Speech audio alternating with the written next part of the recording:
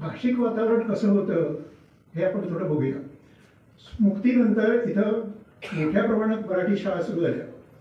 बांदोडकरांनी त्यांना पूर्ण संरक्षण दिलं.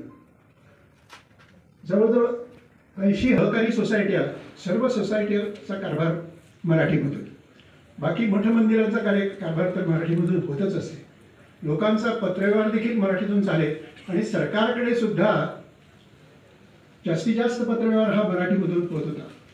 तुम्हाला सांगतो असं असताना म्हणते प्रचंड चळवळ आपण मराठी लोकांनी एकत्र येऊन प्रचंड मोठी चळवळ केली.